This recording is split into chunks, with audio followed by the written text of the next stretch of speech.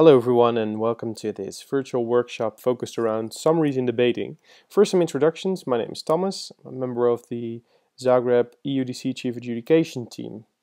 What we're doing prior to Euros this year is we're making a number of videos to help debaters improve their skills. And we're doing this in specific topics of debate. So I think there's been some more content focused topics such as IR, but there's also some more skill-focused topics, such as today, when we're going to look at summaries and how you effectively summate debates. So this workshop is overly dramatically titled Turning the Tide, which gives you an indication of, I think, how powerful summaries can be if used in an effective way. And today we're going to give you some tools to learn how to improve your summaries. You can use that at Euros or potentially at other competitions yet to come. And you're free to reach out to me at any point after the workshop if you're still left with questions or comments. You're more than welcome to contact me. So before we get started, I want to spend a bit of time talking about training and development in general, because a lot of people ask me, is it possible to develop these types of skills at all? Isn't it true that you're born with certain skills, you're never going to be able to really be great at summating or great at debating at all? And so I think the answer is almost no one is born with these types of skills. Even great speakers like Obama have developed themselves over the years by training, by practicing, by becoming better. And I think that goes for a lot of really good debaters as well. So I don't think there are many people that were successful in their first year of debate. It often just takes time to develop skills, and that also goes for more specific skills, such as summating a debate. So the longer you train these skills, they become part of your routine, and then it turns into something you do automatically rather than something you're actively trying to improve. So I think that is the ultimate goal of looking at a workshop or learning from a book. The goal is that your behavior changes over time. And I'll be honest, that's not going to happen the first time you try it. The first time you learn how to play basketball, you at most learn how to use the ball and not how to make a three-point goal. And for everything goes, practice makes perfect. In basketball, I could explain you that the goal is bigger than the ball, but that doesn't mean you're actually going to score. So what I can give you is tools that you can use to practice and improve your skills, which probably will make you more effective. In this case, at summating debates. So before we get started with the practical details about what are we going to do today, what are we going to focus on in this workshop, a bit about summaries in general, because there are many myths and stories about summaries. Some people tell you that summaries are basically useless, that it doesn't matter if you speak or not, that the result will be the same anyway. I think that's not true. Some people tell you that you can win a debate from a summary even if there was no extension. I also think that's not true, but never say never. There are strange debates out there. Some people tell you things that are just untrue about summaries, such as that you can use new material in them or provide it to bring forward a second extension or whatever. So many people have different opinions about summaries. So obviously I will present you my opinion of summaries today, but to sum it up, I think summaries are a very effective tool to make a difference in a debate. And that can either be the difference between first and second. So when the extension was there, but it wasn't really grounded in the debate yet, or there were still loose ends or responses missing to other teams. Or it can save you if the extension seemed completely irrelevant, or it seemed like you were really going to crash, but you're still able to make some sense out of it in your summary, or provide potentially brilliant responses to the other teams, and then somehow still push up your ranking much higher than, for instance, a fourth place. So I think that they can be decisive in close calls. I also think that they can be a way for you to save yourself in a debate that didn't go very well. So if you control giving a good summary, I think that's a very good skill to have when you do competitive debate. Now, obviously, the question is, how do you do that? And what is a good summary? Now, the bad news is that as a summary speaker, you don't really know what your speech is going to look like in specific. So obviously, there are many things you can do in prep time to read the debate and to see what type of issues will probably come up and to provide answers on that. And we're going to delve a little bit deeper into that. But ultimately, your speech is going to be dependent on what the debate looked like, because you're going to be summating that debate. And that, you can't always know beforehand. So what we just talked about sleeping for half an hour, I think is very untrue. So as a whip, you need to have the complete overview of the debate, and you are the one person that has to pay attention for 100% during every speech. Right? If you're opening government, you can't sit back, right? But you can be a little bit more relaxed because you have less influence over what's going to happen next in the debate. As a whip, that's different because every part and every speech can be relevant to your speech, and therefore it's important that you have an overview of this, but also that you're able to provide answers on what happens in the debate and incorporate that into your speech. So, what are we then going to focus on today, this workshop?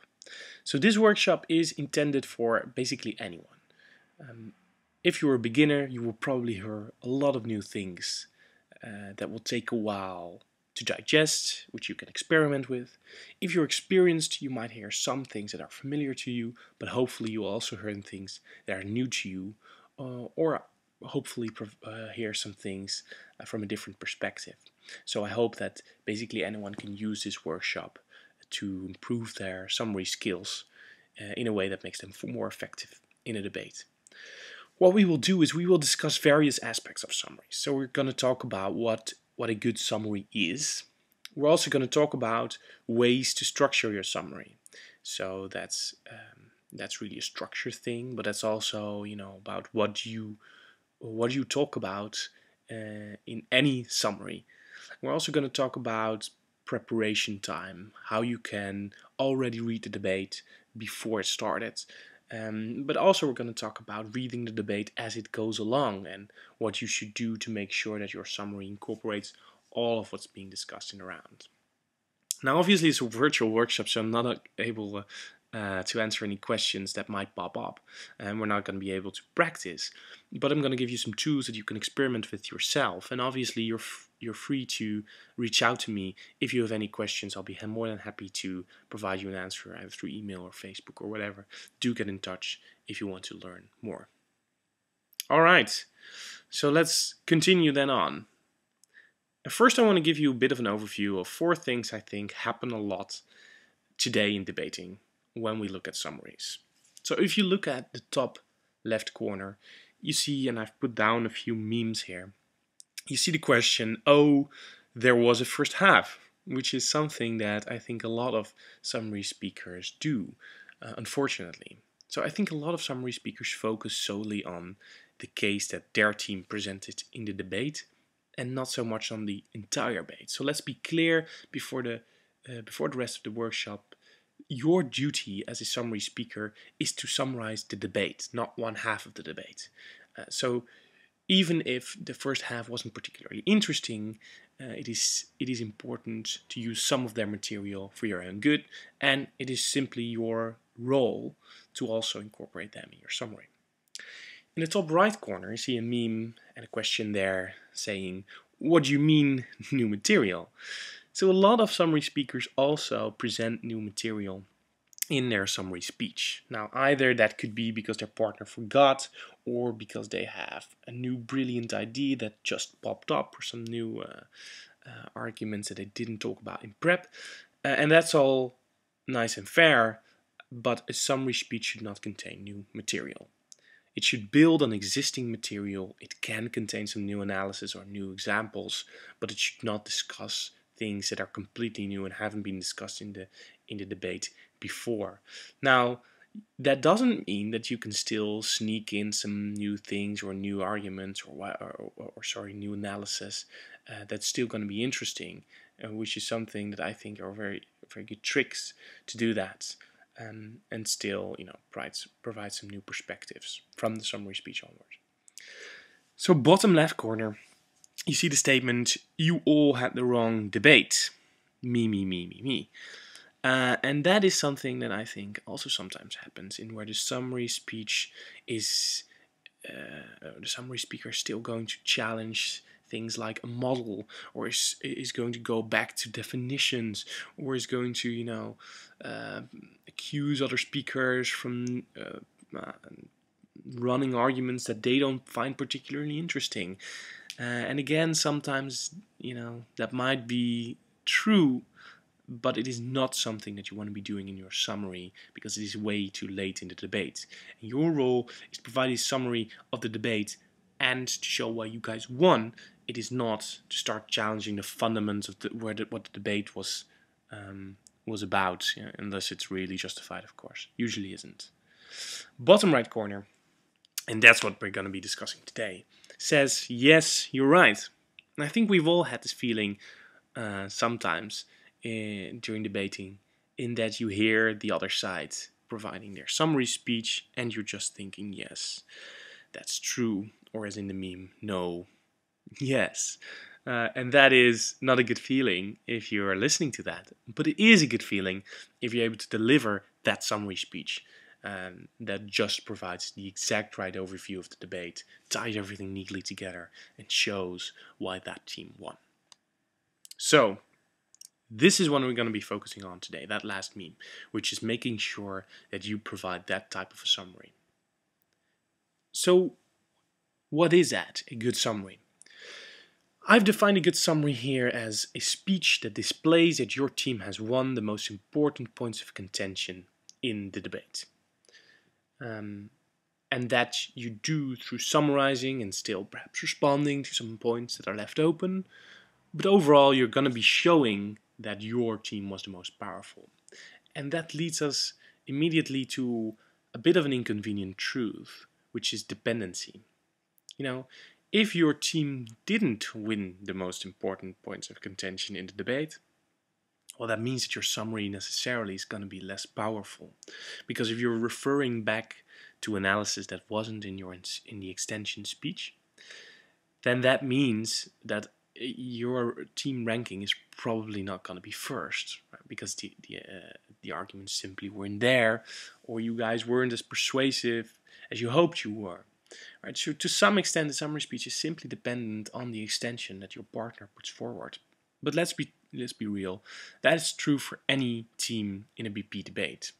As a deputy prime minister, you're dependent on what your prime minister brings forward equally as much as it is in a summary speech. Now, the only difference is in a summary speech, you're not going to be presenting new arguments, and in a deputy prime minister speech, you are able to do that. It's still going to make you less persuasive, but still, there's some difference there.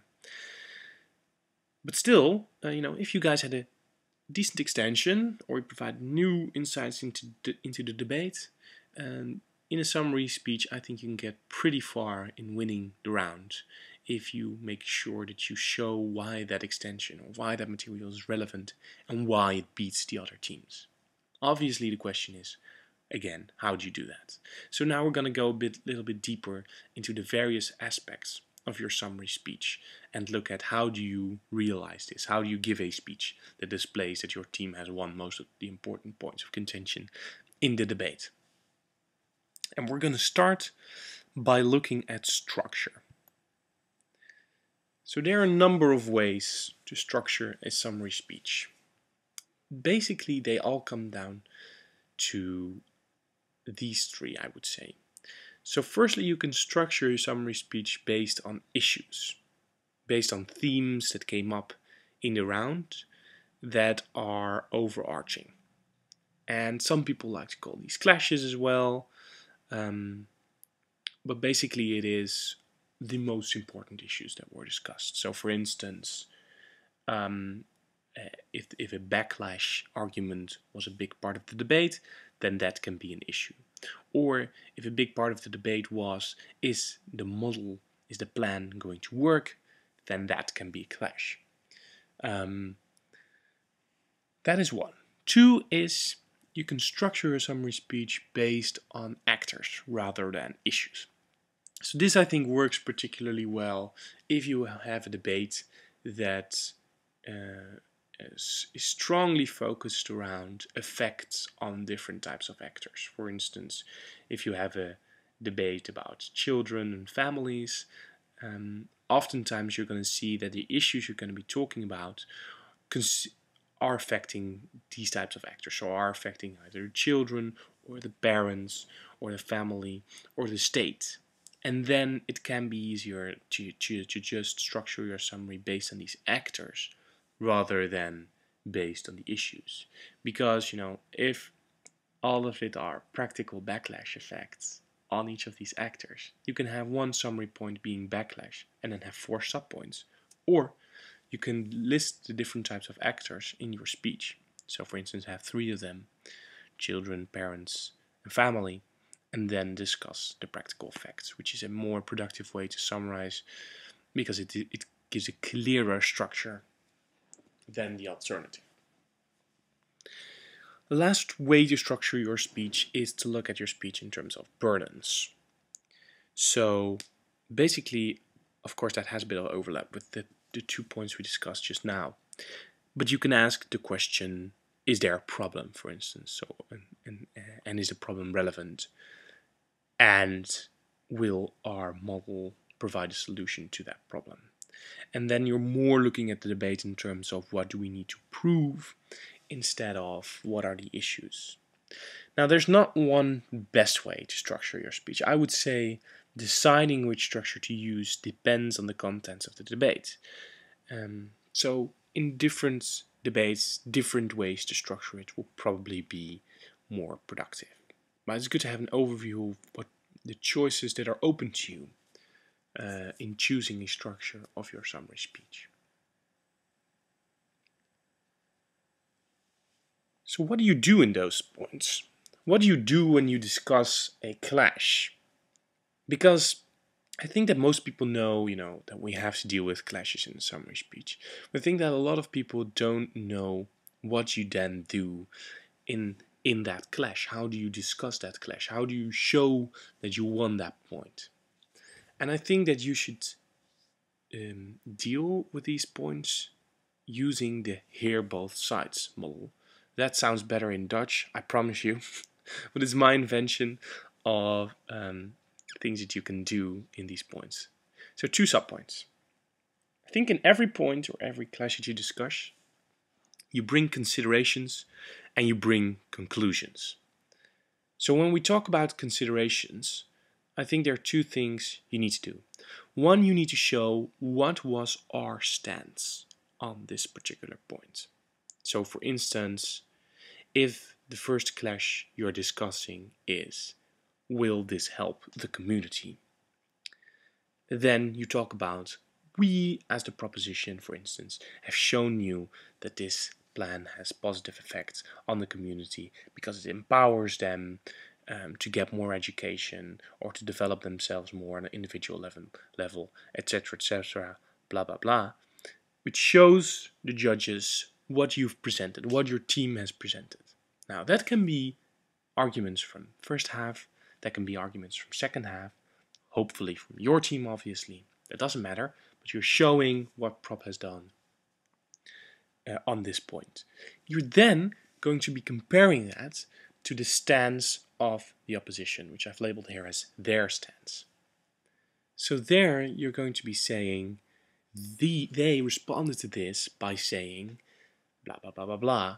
And then you're going to name what the best possible response was that opposition gave you. Or if they didn't give you, you think of their best possible response. So that there is a hear both sides here. So you're going to show what was your argument and what was their argument. And then from that, you draw a conclusion, which is basically the verdict. And obviously that is in your benefit. So how do you make it in your benefit? Well, it obviously depends, right? So it can be done by providing powerful examples that show that your stance is more true. It can be empirical evidence that show that your argument beats their argument. It can be pointing out logical flaws in their argumentation or showing that they didn't live up to actually proving the point to you. But important to note there is that it is not different from any type of normal argument that you would otherwise bring outside of a summary speech. So you're bringing your argument still the way you're used to it, for instance using the sexy model state, explain, illustrate, and you're responding to them in the same way you would do rebuttal. So for instance showing that what they say is not true or not relevant. So basically you're doing the two things together here. So you're providing that argument, providing their response, and making the verdict, showing why you are right.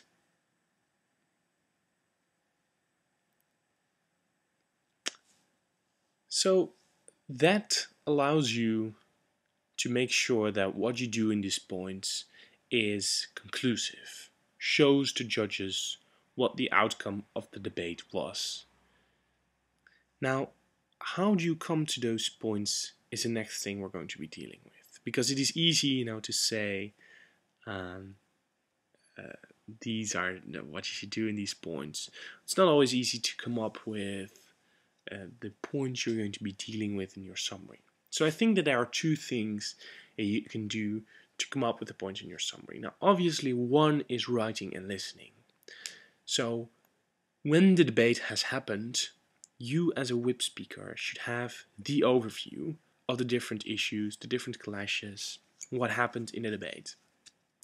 And therefore you're able to extract points from that you're going to be talking about in your speech. And in a minute we're going to delve a little bit deeper into how you can do that effectively. The second way to come up with these points is also in preparation, because you can to some extent predict what the different issues are going to be that are going to come up in the debates. And that's because some things are just predictable. Not everything, but there's, I think, a lot of things that you can foresee. And we're also going to talk about how you do that quite a bit extensively to make sure that you as a whip also have the right preparation you need in order to be effective in the rounds. Alright, so let's first look at writing and listening. So I would think that writing and listening is one of the most essential things you need to do as a whip speaker. And for this, I'd recommend you to use 3 sheets of paper. One is the points that are being discussed in the round, specifically the points of the other side of the house. 2 is the debate, basically going to be your summary speech. And 3 is rebuttal. We're going to talk about that in a minute. So the points. What I think is that as a summary speech, you should write a lot down of what is being discussed. Not too much so that it is going to confuse you, but the essential points that the other side of the house is bringing, you should write down. So let's take as an example, you are the closing government whip. The moment you start making some notes is obviously, when opening government runs their case, you can make some notes if they have a specific model or whatever. You listen to their arguments, obviously, to make sure that you understand what they're bringing. But the most important thing starts when the leader of the opposition stands up. So my advice to you is every important point that these guys bring, you write down, and you write down the best possible response to that, the best possible rebuttal to that. Why do you do that? One, you do it because you will need to provide an answer to it in your summary speech. It could be that one of the speakers before you is already going to do that, hopefully your extension speaker, for instance, or if you're unlucky, the first half already. But if they don't, then the point still stands when you start speaking. So you want to have a response to that available if no one before you provided that response. You also want to write it down because it is good to have your own understanding of why their argument is flawed, even if it is to just understand the debate a bit better. So my advice is to do that for all of the speeches that the opposition is bringing. So the leader of the opposition speech, the member of the opposition speech, etc. You write down their arguments and your responses. This also allows you to use and incorporate those responses into your summary. So while doing this, you're getting a pretty good overview of what is being discussed in the room. So obviously you have two proposition speeches that provide some arguments, and you have all of these responses that you've written down from the opposition. Now, what I think is good is to write down as you go some of the arguments and connect them to a larger theme, to a larger clash. So if the opposition is, for instance, bringing a lot of points that have practical effects, you could tie that to a central theme called effects. But if then second opposition is coming up with a lot of moral points that question whether or not this motion or this policy is legitimate, then you can tie that into a clash called is it just or is it legitimate? So based on these themes in the debate, you're going to be creating the overview of the most important issues, of the most important clashes. So what I usually do is I write down these arguments and connect them, as we just talked about, to larger themes. And when I'm ready to start writing my summary altogether, I write down these themes that I want to discuss. So usually those are 2, 3, perhaps 4 points. Write down what the title of those points is. For instance, here you see it on the second sheet. Will this work? Is it just? And then in those 2 points, you're going to be discussing exactly what we just talked about. So the considerations and the conclusions. And then you present your stance on it and their stance on it. The third sheet you can just use for rebuttal. So as a whip speech, you always have to respond to one speech in specific because you are the only person from your team who can respond to that speech. Now, you can do that by integrating your responses into your summary.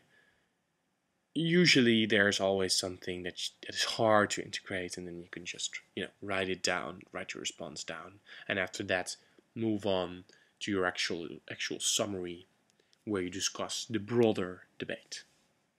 And later on in the workshop we're going to talk a bit more closely about how you do that from a closing government perspective and from a closing opposition perspective. So this way, you create an overview of what is in the debate, you ensure that you have responses, and you incorporate that into the vital points of summary that you provide. So that's one way of coming up with the points that are in your summary, or that should be in your summary. The second way to do that is to look at preparation. And preparation is, I think, essential to predict the type of arguments that are going to come up. Why is that useful? I think it's useful because it just saves you time, because you can spend the 15 minutes of prep time you have anyway to also think a bit about what are the questions you're going to have to be answering in your summary regardless, right? Most probably. And that just allows you to think of more sophisticated responses to that. Now, I have a 4-step model here for you to ensure that you think of all the possible things that could come up in the round and consider that as a summary speech as you go into the debate, to ensure that you have an understanding of what's going to happen and have already presented some responses to that for yourself. So the first step in this model I would advise you to do is to unscramble the motion as it is given to you. So 3 examples here, because different motions require different ways of looking at them. So the first example here is, it is 1945. This house would have created a Jewish state in Western Europe rather than in Palestine. Now, what's important here in this motion specifically, I've highlighted in bold, which is it's 1945. So this means that this motion is set in a specific time, right? Which has to force you to think in what the world looks like in that year. I've also highlighted the Jewish state, obviously Israel in Western Europe. So you have to think about, what is Western Europe? Where is that? Where specifically would that state be located? Would it be Germany? Would it be Spain? Whatever. And you have to think about, rather than in Palestine, which brings you to the comparative of this debate. Why not Palestine, or what's wrong with Palestine? So already when you look at the motion, it gives you certain indications of what the different aspects are going to be as the debate is going to be starting, which allows you to already think about what the implication could be for the round. So for instance, in 1945, total different situation in terms of security in the Palestine lands, right? So that allows you to filter out some of the responses already, or provide possible responses to safety or security arguments, because you know it's 1945 and not 2014. Second motion here is, this House, as Commissioner Gordon, would not use the bat signal. So this motion is a very clear example of an actor motion, in where you're not arguing from the perspective of a state, or in the first example, I don't know, maybe the Allied forces or United States or whatever, but you're arguing from the perspective of a person, in this case Commissioner Gordon. So that's important to consider, because the debate is going to only be relevant to arguments that affect Commissioner Gordon. Well, probably, because it's from his perspective and not from the perspective of a state. Not use the bat signal, obviously, so that indicates that you have to have some idea of Batman and what the implication of not using the bat signal is. The last example here is, this House supports nationalism. And that is not so much a policy debate or debate from the perspective of a state, but purely a debate focused around, is this a good thing or is this not a good thing? So is nationalism beneficial to us, the world, or is it not? And so that is a motion in where you're going to already have to think about purely that concept, and not so much policies or models or whatever. The second step in preparing yourself is a step which I like to call SEX, which is scenarios, actors, and examples. So these different steps force you to think about aspects of the debate that can make your summary speech more stronger. So if you think about scenarios, there's an example here that I'd like to name, which is the motion, this House would prohibit research to the genetic cause of homosexuality. So if you would look at this motion, and you know that you're going to prohibit research on it, you also already know that the outcome of such research could be either that we find a genetic cause of homosexuality, or that we don't. And those are two possible scenarios which you have to consider when looking at this debate. So there's not always one thing that's going to happen. There could be multiple things that are going to happen. And that's important to recognize as a summary speaker, because those are scenarios that you're going to have to deal with in your summary speech, because likely people will bring them up and you're going to have a response to that that is beneficial to you. Second thing I'd like you to think about is actors, which is like an obvious thing, of course, but it's still something that we sometimes forget. So for instance, if we had the motion, this House, I think it was a world's motion, as NATO would offer membership to ex-Soviet Union states. That's a motion in where there's going to be a lot of different actors involved, with a lot of different effects and different consequences to these actors. And I think it is useful to list these people, list the implication in prep time, for instance, to these actors, because it allows you to already think of things that the opposition will say, and that at the end of the debate, again, you're going to have a response to. And lastly, it's useful to just think of examples that are relevant to the motion. Those could be also analogies, those could be empirical truths, those could be other situations in where we did this motion, where we did this policy, which simply allows you to pick more freely from examples as you deliver your summary speech.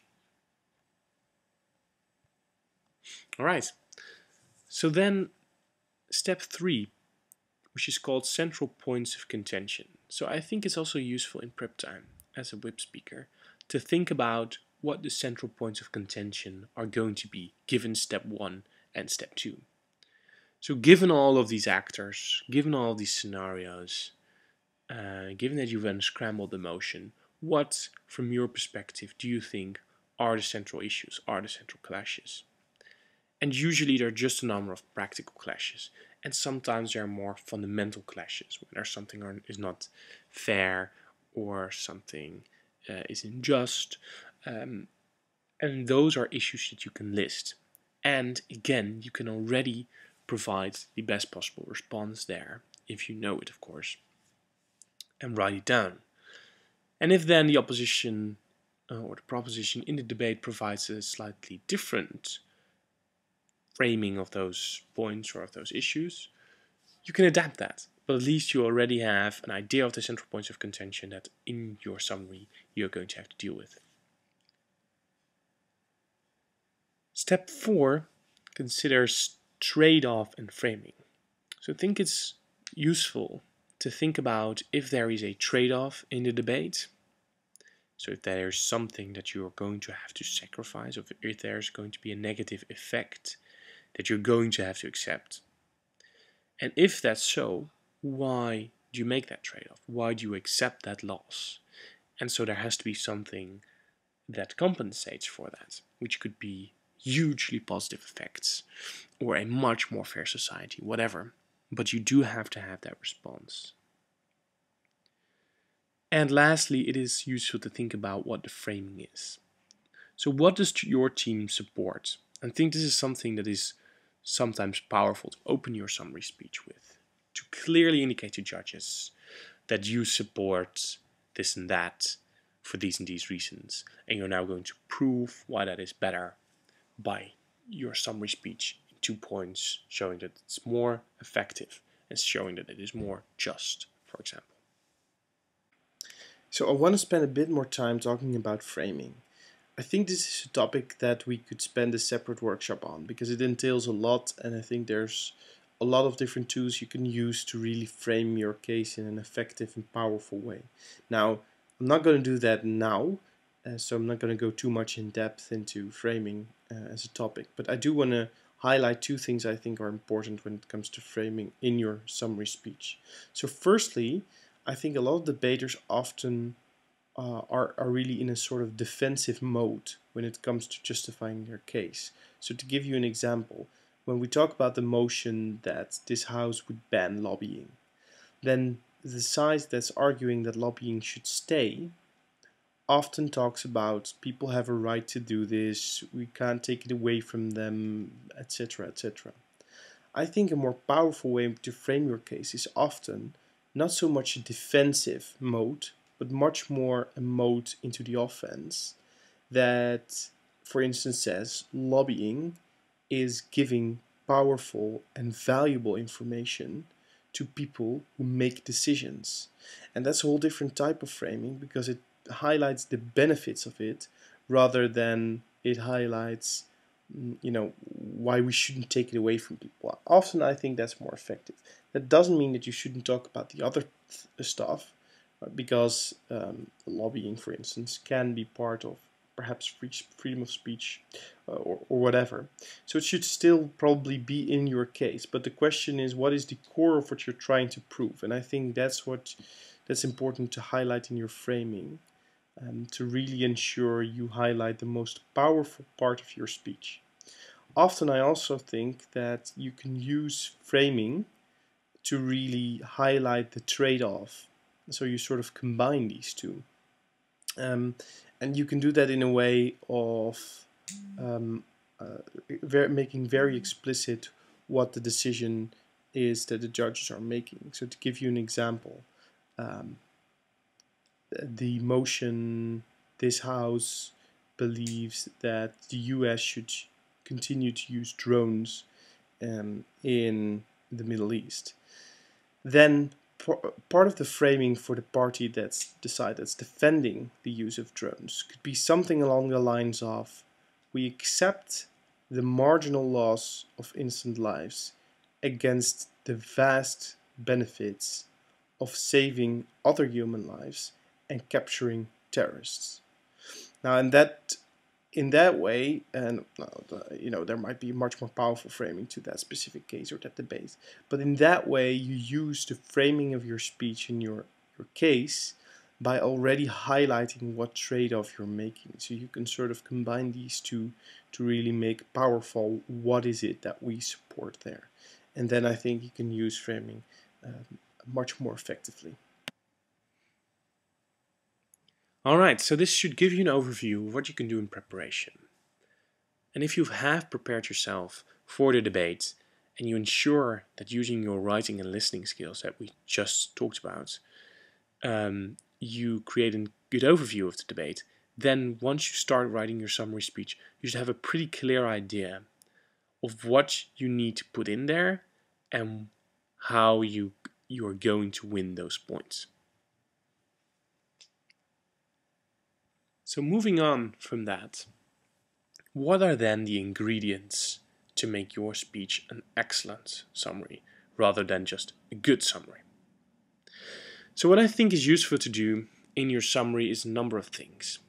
One, I think it's always useful to extract burdens and make these explicit.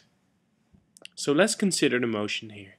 This House believes that the IOC should be able to apprehend criminal courts. And of course it should say the ICC, which stands for the International Criminal Court of Justice. So this was a motion somewhere at the Maas in Holland.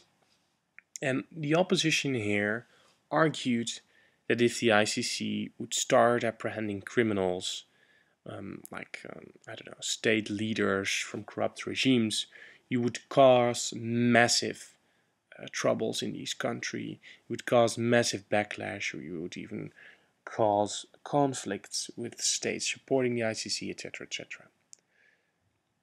So one of the things that we said when we were in closing government in this round and won it was that the ICC doesn't have to apprehend every criminal, but that they should be able to apprehend criminals if it is in their benefit, right?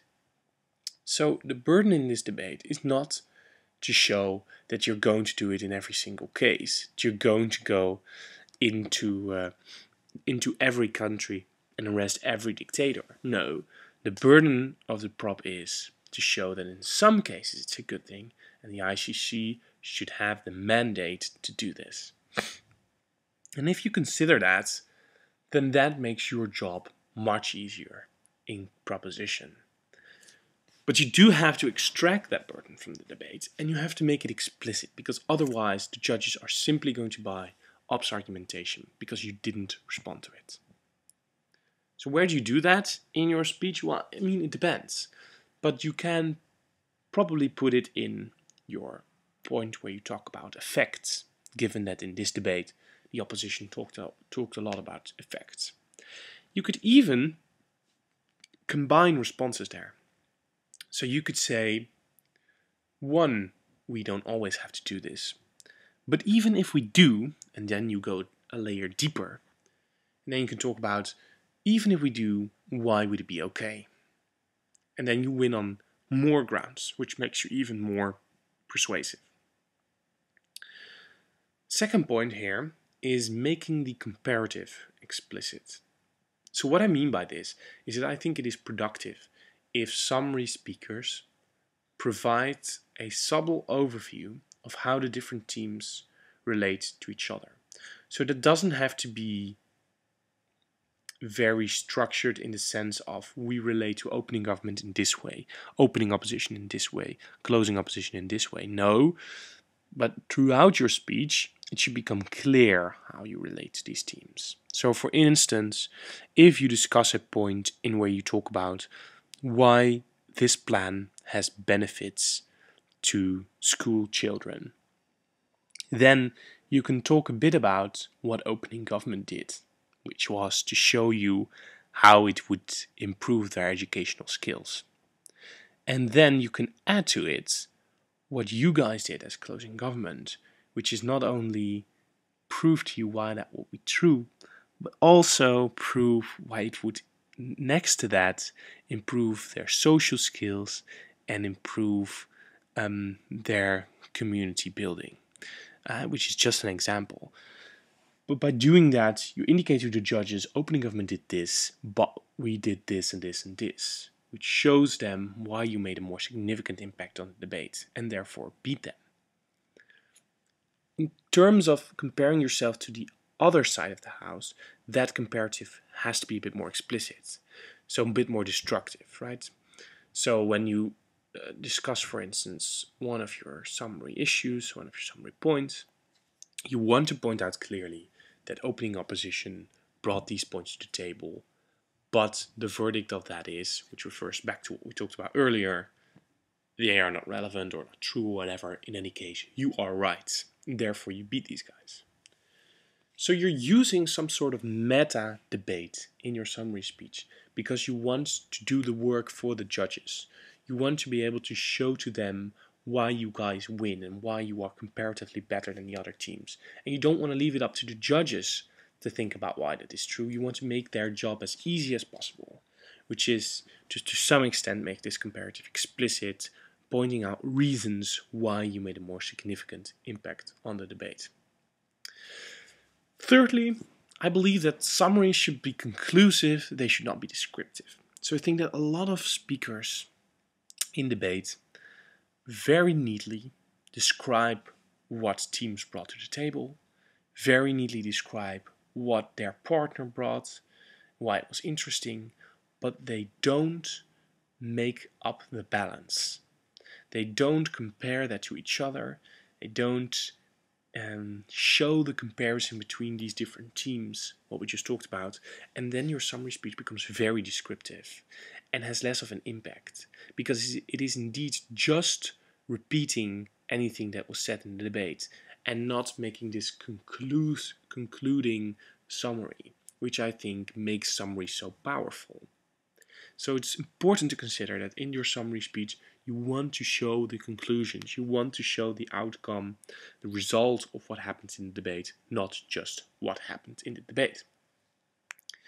Lastly, never ignore things because you think you know better or because you just didn't think it was a very important point. I've seen summary speakers do that and lose to a different team just because they thought that these arguments weren't particularly important. It's not up to you to decide the importance of these arguments, well, unless, there are other arguments out there, of course, that you also have to respond to, but it is just your duty to respond to these points and to ensure that you destroy them.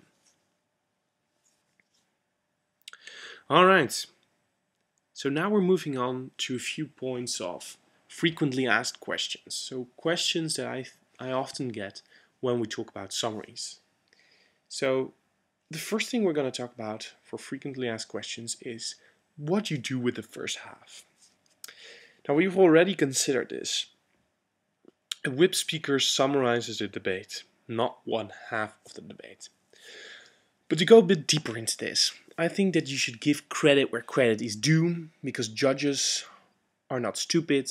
They're going to notice if first half won a point very persuasively and you didn't. So it is not useful to start lying about that, or to start saying that you added the vital last line to this argument if you didn't. If you did, then fine, but give credit where credit is due. Don't give too much credit, obviously. So if it is close to see who really finished the argument or who brought the persuasive evidence that the argument was true, then of course focus strongly on showing that your team did that. Sometimes it's okay, right, to ignore some parts of the first half. If your first half spent a lot of time on talking about issues that were not relevant to the round, or that were just not very good, then it's fine to ignore those issues. But the gist of this is not to ignore them completely, but to make sure that you also spend a small bit of time on summarizing what your first half did. You can do that in individual points. For instance, just like we talked about just now, when you talk about an individual argument, benefits to children, you can say opening government did this, we added A, B, C, D, and then you move on. So that's what I would say is your relationship with your first half. Obviously, your relationship to the first half, other side of the house, is far more destructive. So, like we already talked about, much more destructive. Alright, the second part of frequently asked questions. Responding to closing teams. So, the reason I advised you to be done with writing your summary a bit earlier on in the debate is because you have the opportunity to respond to the closing teams more effectively. So if you are a whip speaker in closing government, then it is very important for you to kill closing opposition, because you are the only speaker in the debate who can do that. Your member of government cannot respond to a closing opposition.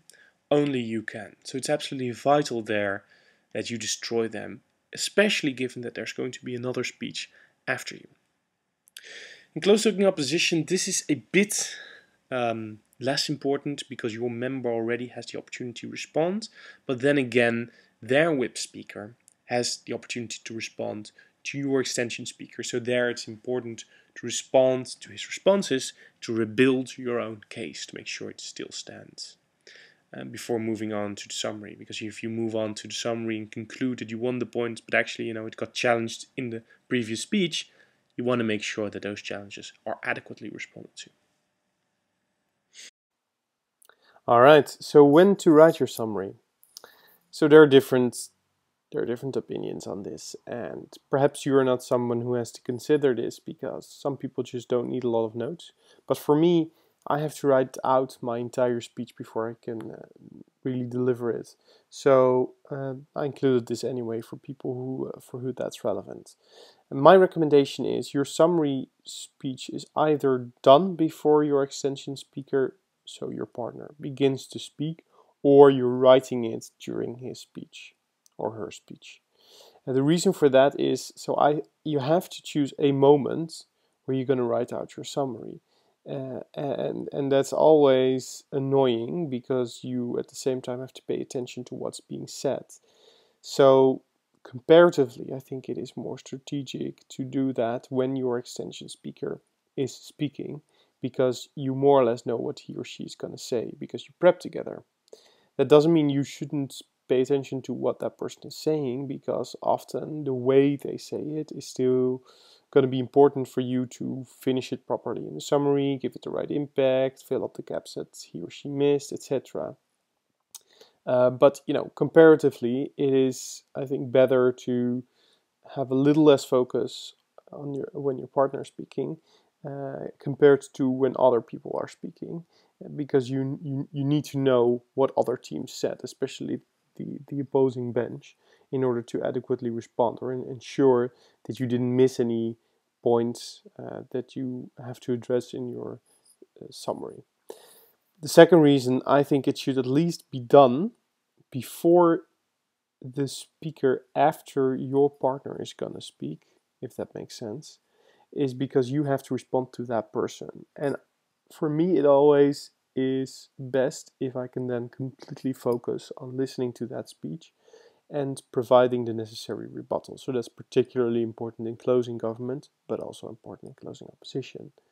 And when you then still have to write out your entire summary, it's hard to ensure you respond to everything, and you just more likely to miss things that could be very important. So that's why I would recommend this moment to write your summary. What I would also do in preparation for that is somewhere in your sheets, I would use a sort of a mini mind map where you write out the summary speech on a very high level. So you see, for instance, 1 and 2 here on the sheet. And so what I would do is 1 is then, for instance, will this be effective? And 2, is this just? And then you make a small mind map for 1. Is this going to be effective? And you write down for argument A, I need to include this, this, this. For argument B, I need to respond to this, this, this, etc. So that you sort of create a bit of an overview and then you turn it into a speech. You can even brainstorm different structures on your sheet. So say, am I going to structure it by issues or am I going to structure it by actors? It helps to spend time thinking about how you're going to structure your summary early in the debate, so that you don't have to think about that when you want to start writing it. Alright, as last part of this workshop, what I want to do is I want you to look at a summary speech from a speaker from closing government from a competition, and I want you to have a bit of a look at how this person does that. And I think you'll find that a lot of the things we discussed are in there and are done in a very good way. And obviously you will not have seen the rest of the debate, or maybe you will have. You can watch it on YouTube. But it will at least give you a bit of an impression of how you can effectively structure a summary speech. So we'll look at the speech and then we'll conclude with the workshop.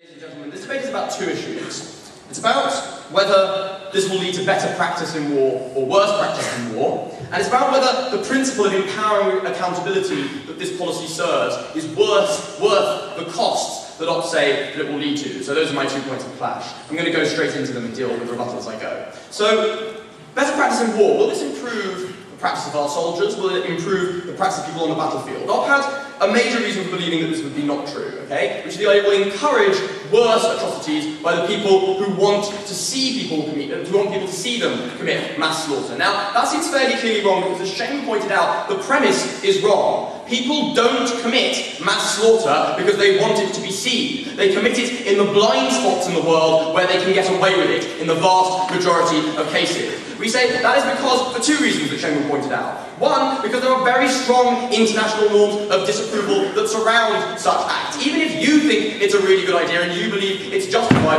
you're very unlikely to be willing to publicise the fact you've done it in a world which says that you are a war criminal, may at some stage be prosecuted for it, by the way, and may have an intervention launched against you to prevent you doing it. We say that at the very least these people ought to be risk-averse and not do things that are likely to bring an intervention. I think that's very, very important. So we also say that even if it were true that there were some people who will do this, it is far more important that we stop the vast majority of people who commit these acts because they lack any oxygen of publicity, because they're able to get away with it because nobody will see what they're doing. Those numbers far outweigh any cases that they can put forwards. So then we say, will it lead, therefore, no thank you, to better practice itself? We said there are several reasons why we suspect that it will, no thanks. We say, first of all, it closes, as Shane would put it, the dehumanisation and distance gaps, okay? A lot of terrible things happen in the world because statistics and detached reporting can't get people to understand the full reality, no thanks, of what is going on. Now, Op got very confused and labelled this a contradiction. Is it going to be rational, they said, or is it going to be emotional? That is a false dichotomy, Mr. Speaker. Rationality Rationality requires a full appreciation of what is actually going on in the world. When people merely hear 50,000 dead, they never, ever really understand that that would mean lining up every single one of their friends in a room, multiplying the number by 10, and killing all of them. We say no thank you. That is a gap that you have to close for people to be able to make those decisions. It is not, as second lot clearly wanted to put it, about like, oh, they're going to go up and use grotius. No, we don't think they're going to get a degree in international law and human rights. We think they're going to be able to see that what this means is that vast numbers of people are dying, and that's probably not okay. No thank you. It didn't get any response when Seamus said that either way. We also say no thanks, that it will create better practice because of the fact of simple revelation, okay? Because we're reducing censorship on journalists, in effect. No thank you. We're increasing the freedom of journalists to spot these things happening. So it's not just about when things happen elsewhere by other people, it's about the very practices that our soldiers, when they go into a country in our name, in the name of our security, no thanks, engage in. We all say it's more likely to create more investigative journalists. This is said to be a problem because journalists will now get themselves caught hostage more of the time. We say, Mr. Speaker, that is a risk that they should be able to undertake if they want to. If they want to go into places and try and undertake the risks that are required in order to reveal the worst forms of atrocity in human history, we think that is a right and heroic duty that they should be able to engage in if they want to. We also, it will create less jingoism, okay? Look at World War I, the example these guys try to bring up. The central reason why World War I was one of the greatest disasters in human history is because people had no concept of what war really meant. We think better informed only going to help that. No, thank you. We also said in Chamber speech, and this is particularly important in the modern age, right, that it will encourage less euphemism. Because governments have got much cleverer at enabling us to get support for their wars. They disguise their real practices behind other words like, you know, intensive, no thanks, interrogation, and things like that. They talk about, like, collateral damage, rather than vast numbers of civilians being bombed and killed by our weapons in our name. We say this massively undermines that ability. It undermines the ability for governments to spin the agenda against reality and against the interests of people. We think that's a good thing. Go ahead. Given that Rochelle told you it's impossible to put across the positive results, i.e. saving lives, in the same way as you can never put the bad stuff across, isn't it important to attempt a balanced news? Yeah, I think that's impossible. Yeah, I understand. I think that is impossible in a world where the government controls the debate. But we say that not only that, this actually undermines the people on the other side that you're concerned about as well. Because it's also harder for those who are extremely opposed to wars or want to denigrate the military to do it when people have faith that their government and the media is going to actually tell them the truth. This is very important. A key result of our policy that undermines that argument is that people now believe that they are seeing the full story. You increase trust in the medium. We think that's important. So also about the principle of empowering responsibility. Fundamentally here there is a right, okay? A right to hold our governments accountable, and to do that, no thanks, we need to be able to know what is actually going on. That is particularly in environments where the most dangerous kind of actions ever go on, okay? It's particularly important here. It's particularly important, not only, no thank you, because we need to be able to see the consequences of our government's policy to ever truly hold it to account, but also because we need to be able to police the actions of our soldiers and our generals, because in the vast majority of cases, no one else will. This is not because of an assertion that all generals are really bloodthirsty, and that, you know, they're not all heroes. We say, yeah, even if they are heroes, they're also fallible, they also make wrong decisions, and they're less likely to do it if we hold them to account. And at least, let's work out who's who. Let's find who the good generals are, and work out who the bad ones are, and create a more informed public. Then again, Ott said, this is a contradiction. Are we going to go in more often, or less often? This is simplistic. It is not the problem that at the moment there is too much war in total, or too little war in total, but that actually, we put it, the public are really bad at distinguishing poorly. They're really bad at distinguishing well, rather, okay? This empowers the public. It means that we can see when it's just and see when it's not, rather than only being able to follow the spin that our governments label at us. We say, even if that means that we do occasionally withdraw in situations that might be, say, are wrong, might be wrong, okay? You should leave it to the public to decide, because the public are ultimately better empowered to make this than a small group of politicians. We say, that is fair. So also they said human dignity. They gave us, and this is important, and Shaker pointed out, no compelling comparative analysis, okay? No reason why, even if we did want to protect human dignity, it was more important than preventing atrocities happening and the abuse of human rights around the world. We also pointed out in Shaker's speech that this may well be, and there's a strong reason to believe, what the dead would want, okay? A strong reason to believe this is exactly the kind of thing that they would value. Finally, we heard that this, you know, will reduce our security, and it's a strategically poor idea. The oldest and most dangerous excuse for cover-ups in the book. Security security, as Shane pointed out, is not a trump card. Citizens should decide for themselves what they are willing to sacrifice their security, rather than being told by their government that it is important to bomb people around the world and use chemical weapons because security has to be a prima facie imperative. We say there is no reason to accept that as true. Citizens ought to be able to decide, and we empower them. We're proud to propose.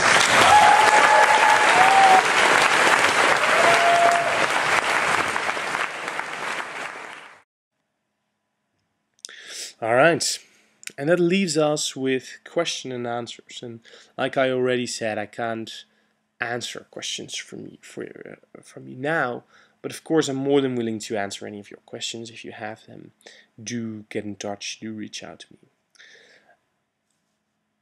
I've hoped that this workshop's given you some overview of the things you can do to prepare for your summary, given you some overview of what is important to put in your summary, what a good summary speech is, how you approach that, but also what the ingredients for success are when your summary is really going to make an important impact on the round. I wish you lots of good luck. I advise you to practice with this, use these tools that we talked about in actual debates to see how they work for you or how you can tweak them to be more powerful for you as a speaker, and to, of course, develop your own ways of delivering your summary speech that work best for you. So thanks so much for joining and taking the time to have a look at this workshop. I appreciate that. I hope it was useful to you. I hope also to see you at Zagreb Euros, and hope that, of course, you'll get very far there in the competition. Thanks a lot, have a great day, and talk soon.